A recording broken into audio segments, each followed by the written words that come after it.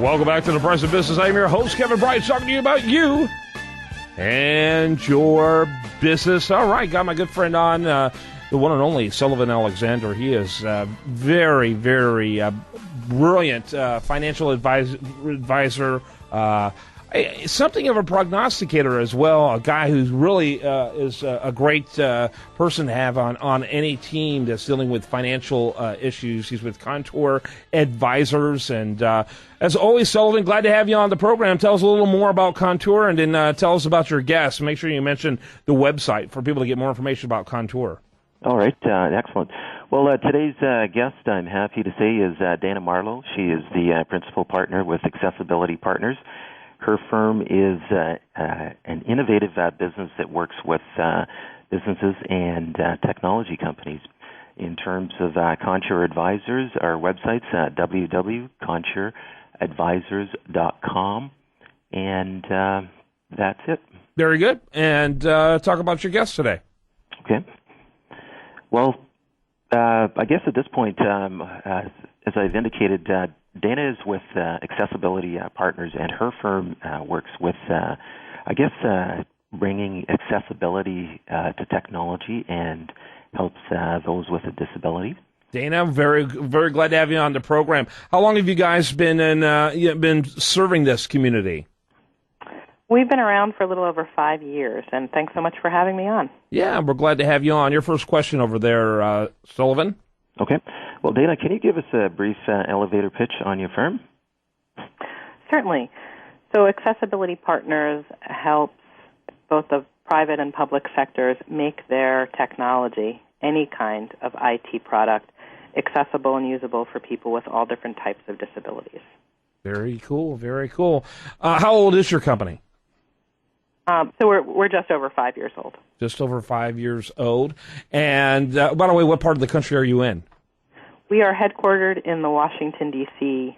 Metropolitan area, but we hire people with disabilities, and I have my team all over the country in various cities and states around the U.S. Sullivan, go right ahead. Okay. Dana, can you tell us why your firm's services are making such a big difference for customers? Sure. Well, with clearly more and more people having disabilities, knowing people with disabilities, with 20% of the U.S. population having, according to the census, as a severe disability, this is a population that touches everyone, and clearly IT products are everywhere. Everybody has phones or mobile devices or computers and laptops, and the list goes on how IT products are making our lives easier and also causing more headaches when they don't function. Mm-hmm. But they don't always work as well for people with disabilities. And so we like to be able to go out there and work with the manufacturers or the website creators and, provide that counsel on how they can make it more user-friendly for somebody who's blind or low vision or deaf or hard of hearing or mobility impaired. And that kind of brings a more global reach to IT products. By the way, the website is accessibilitypartners.com, accessibilitypartners.com. It seemed to me that a lot of these companies would have people who are challenged when it comes to disabilities as advisors to them. Are there some companies that that are good at doing that? And if so, can you mention some of those? Sure, yeah. With 1 in 5 people having a disability of some type, whether it's a clearly identifiable or a hidden disability, which also has a huge list to it, there are lots of companies who are making their products accessible for the right reasons and because it's the right thing to do. It also makes good business sense. And so some of the companies that are looking at it from a dollars perspective of where they can tap into that extra discretionary income, which totals over $260 billion out there in the disability market. Apple is a really good example of a company that has a suite of products, and they have a huge team of accessibility engineers on the inside that are making their the products, whether it's websites or hardware, tablets, phones, etc., usable for people with lots of disabilities, from hidden disabilities such as autism or cognitive disabilities to people who are blind and low vision and deaf and hard of hearing. There are tons of people with disabilities who can use Apple products, so that would be one example. Another example of people who also hire individuals with disabilities would be Marriott Corporation. The hotel company has a Bridges to Work program where they are actively working with young individuals with disabilities and job readiness, as well as in a lot of their business headquarters and call centers. They hire people with disabilities and make their technology usable for people with all different kinds of abilities and disabilities. Sullivan? Okay. Dana, can you tell us about some of the assistive technologies that are out there to help those with disability? Sure, I'd be happy to. Okay. So for people who are deaf and hard of hearing, the big one that most frequently gets talked about is closed captioning. And, for folks who are, whether you're in your sports club, and you're at your gym working out, and it's just noisy, and the captioning's on the TV, you can see how everyone benefits from captioning there. Or if you're in like a noisy sports bar scenario, and you don't want to chat with the person you're there with, it's easy to kind of watch what's going on with the captioning. So captioning is a big one that people can relate to, and that directly helps individuals with hearing loss as well as English as a second language users. And so that's on the deaf and hard of hearing side, as well as with phones where they can have sign language interpreting access easily on laptops and desktops as well as mobile devices.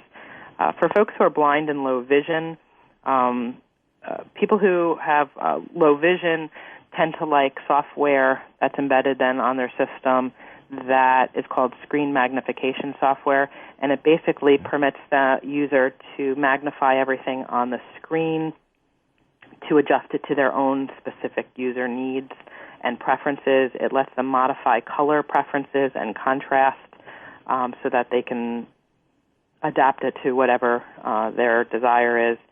And on the side for people who are blind and low vision, there's also a host of assistive technology.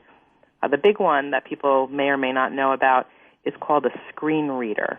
And so if a person who is blind is using a computer or a tablet or whatnot, or their phone, there's a piece of software that they can employ that reads everything out loud to the person who's using the screen reader, because the screen itself, that interface along with the mouse, is not accessible for somebody who's blind. Mm-hmm. So it reads everything out loud. Kind of give us, with just a minute left, kind of give us an overview of the type of roles that you play. It sounds like you deal directly with businesses. Are you also involved with governments on different levels to explain what the expectations are? Kind of give us that overview real quick. Yes, we work with both. So the U.S. federal government has a law called Section 508. You can always check out section508.gov. And that's a law that drives the government in procuring and maintaining and using technology that's accessible for people with disabilities. So we do an enormous amount of consulting with U.S. federal agencies as well as state agencies. And then on the private side with major IT manufacturers who produce everything. Like I said, we consult from websites to manufacturers of hardware that you see in office settings, in homes, around the country, and we provide the feedback using our team of people with disabilities, along with our folks obviously have the computer and IT backgrounds and degrees, and we provide the kind of expertise on how to make it more usable for everybody. Very good. Thanks so much for being with us. I want to mention that website one more time. It's accessibilitypartners.com, accessibilitypartners.com. And then Sullivan Alexander, you know him. He's a Price of Business contributor, a regular feature here on this program. And you can learn more about him at contouradvisors.com. That's O-R-S at the end. Contour, C-O-N-T-U-R-E, advisors.com. Sullivan, thanks so much for bringing a great guest. You're welcome. When we come back, much more for you. I do want to remind you, best content here shows up over there at usdailyreview.com, and you're listening to The Price of Business.